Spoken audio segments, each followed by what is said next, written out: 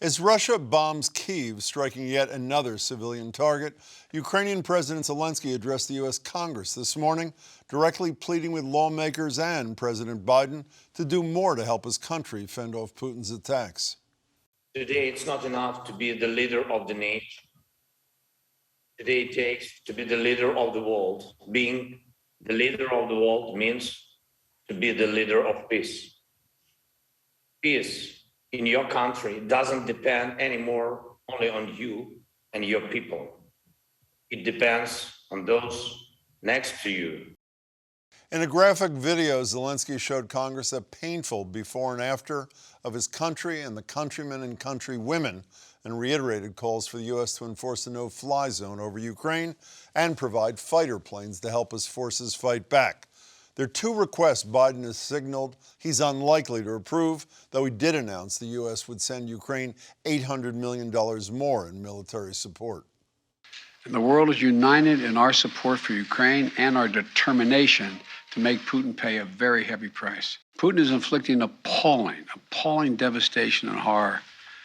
In response to these horrors, today the International Court of Justice ordered Russia to hold its attacks in an order that's theoretically legally binding, but still isn't expected to get Putin to stand down. We're also seeing Russia's aggression beyond Ukrainian borders, with its taking of U.S. citizen and WNBA star Brittney Griner, who was arrested at the airport in Moscow 3 weeks ago on what I feel quite confident in saying were convenient charges. According to her congressman, Russia has refused to give the U.S. government any access to Griner, which he said was unusual and extremely concerning. My next guest is extremely concerned, too. Washington Post journalist Jason Rezaian was kidnapped and held prisoner for a year and a half in Iran. In a new op-ed, he urges us to look at Griner's case with a critical eye, writing, "More Americans are being wrongfully detained abroad, especially in moments of tension or conflict. Time and again, hostage takers are allowed to seize control of the narrative, while hostages, governments, and employers are left flat-footed." Jason Rezaian joins me now. Jason, it's good to see you again. Thanks for your time. Good to be back.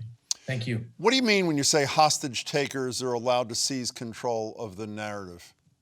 Well, look, as soon as the mugshot of Brittney Griner was released and the charges that she supposedly had possession of drugs were made by the Russian state media, which, as we know, is not an honest broker, all of a sudden, that version of events becomes the dominant one. That picture of Brittney in a mugshot and the headlines across the world just repeat this idea that she is guilty of something. I, for one, as someone who was falsely charged of espionage, I push back on this. I mean, we believe in the presumption of innocence. I'm going to consider Brittney Griner innocent until proven otherwise. Well, they seize control of the narrative because we let them receive control of the narrative.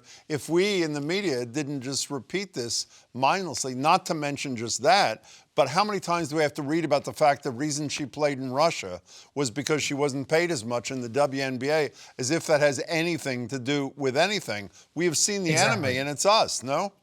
That's right. I mean, look, I think, the questions about pay equality in women's sports are very important conversations to have. Let's have it with Brittney Griner when she's free back here at home. I don't know enough about hostage taking. Obviously, you sadly do.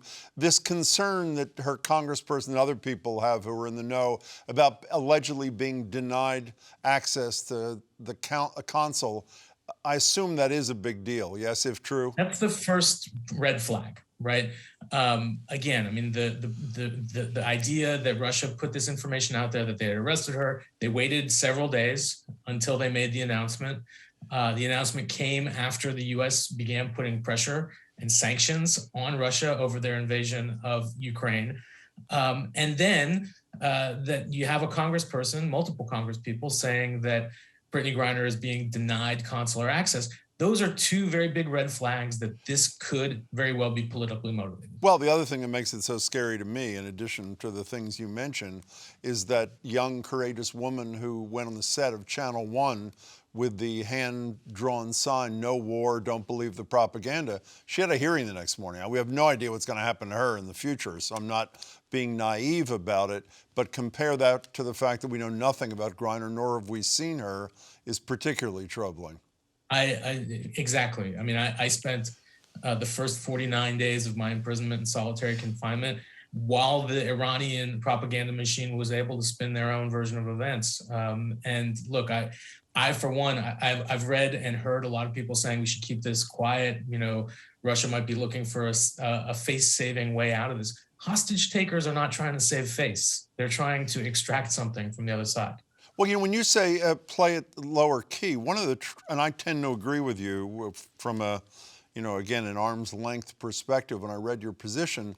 But what makes this difficult, it seems to me, Jason, is the people saying play it lower key are primarily her family members and friends. And so, you know, it's not like a government, it's people closest to her, which makes it harder to take another tack, doesn't it? It does. It makes it much harder. And the government is going to take its cues from a family and from employers. And if they are being advised to keep it quiet, you know, they might not be inclined to sign off on privacy waivers that the U.S. government requires in these cases to talk about them publicly.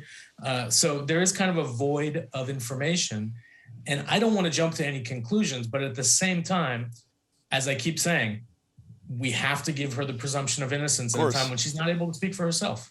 You know, one of the other things, since we're doing a mea culpa, at least I am, about the media's responsibility or culpability in spreading the narrative from the Russian side, the other thing I'm embarrassed about is until the Griner situation, I don't think I'd ever mentioned Paul Whelan or Trevor Reed on the show, who are two obviously lower profile Americans who've been held, I think, 4 and 3 years respectively, correct?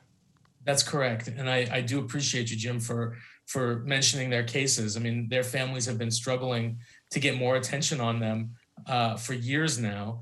Trevor in particular right now is in poor health. Yeah. The family believes that he may have tuberculosis, might have had COVID. And, you know, the conditions are deplorable. The, you know, judiciary machinations that these people have to go through are ridiculous.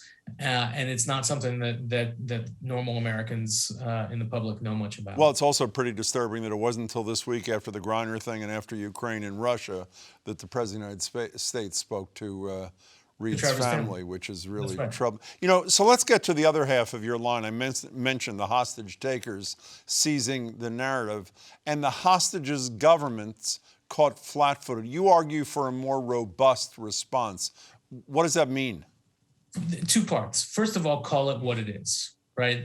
You know, as soon as we come out and the State Department says, we're very concerned about the arrest of this American, we're looking into it, we're following it very closely, that's not enough. I mean, let's talk about this as it is. We have real doubts over the charges, and there's a real good indication that they're politically motivated. Release her right now. At a minimum, give her consular access. On the back end, Jim, and I think this is where it gets really important for me, there aren't effective deterrent measures in place to make it costlier for governments to do this moving forward. Until governments feel as though there is more of a risk and a cost to them than there is benefit, they'll keep doing this. And you know, I think that it's going to take a concerted multinational approach. Unfortunately, most governments who've had to deal with hostage taking of their citizens have decided to do it in a bilateral way. They don't want it to gum up other negotiations. Yeah. Other countries don't want to get involved. Give me an example or two of a deterrent message that you would embrace. What does that mean? First of all, you got the global Magnitsky sanctions, which are targeted sanctions for people who are human rights violators and abusers. So, you know, you can seize their assets that they might have abroad. You can ban them from travel. You can put out arrest warrants for them internationally and bring them to justice in courts around the world. Second, there are ample number of judgments in U.S. courts against hostage-taking states and entities. Those should be enforced, and the U.S. government has a responsibility to enforce them in their dealings with other countries. And then again, I think maybe a convention of like-minded nations who have dealt with this problem, saying, if one of yours is taken, it's the same as one of ours being taken, and other dealings can grind to a halt. You know, I think a lot of people will say that that's naive to think that that's possible. I don't think so. I mean, I think we have this understanding that our citizenship still matters, still carries weight in the United States and in Western Europe, but we have to uphold those ideals and show our own citizens, but also adversaries, that you can't really just take people hostage that are innocent and use them as political leverage. Well, another way to be more robust is not to call people like Griner a wrongful detainee. Talk about Call euphemisms. what it is, right? And Exactly. I mean, I think the other part of it is that there's thousands of Americans being held around the world on legitimate grounds. And, you know, we're talking about a very specific subset of people who are being held for reasons well beyond their own power. After having spent 544 days in an Iranian prison, how hard are these kinds of stories for you personally when they happen? Look, it takes me back to those original moments of my own imprisonment every time. The longer that these go on, and it's sad for me to say that 544 days is in some ways the best case scenario. Most of these people that we're talking about have been held much longer than I have. But advocating for them and shining a light on their cases makes me feel like that 544 days wasn't completely wasted. I can do something good for other people and try and add to collective efforts to bring them home. And that's what I've been doing at the Washington Post in my reporting, in a film that we executive produced that we put out a couple weeks ago about an American being held in Iran right now. And it's really become part of my life mission, I think. Well, you're doing a terrific job at it, Jason. It's really good to see you. Thanks for your thoughts. I appreciate it. Thank you, Jim.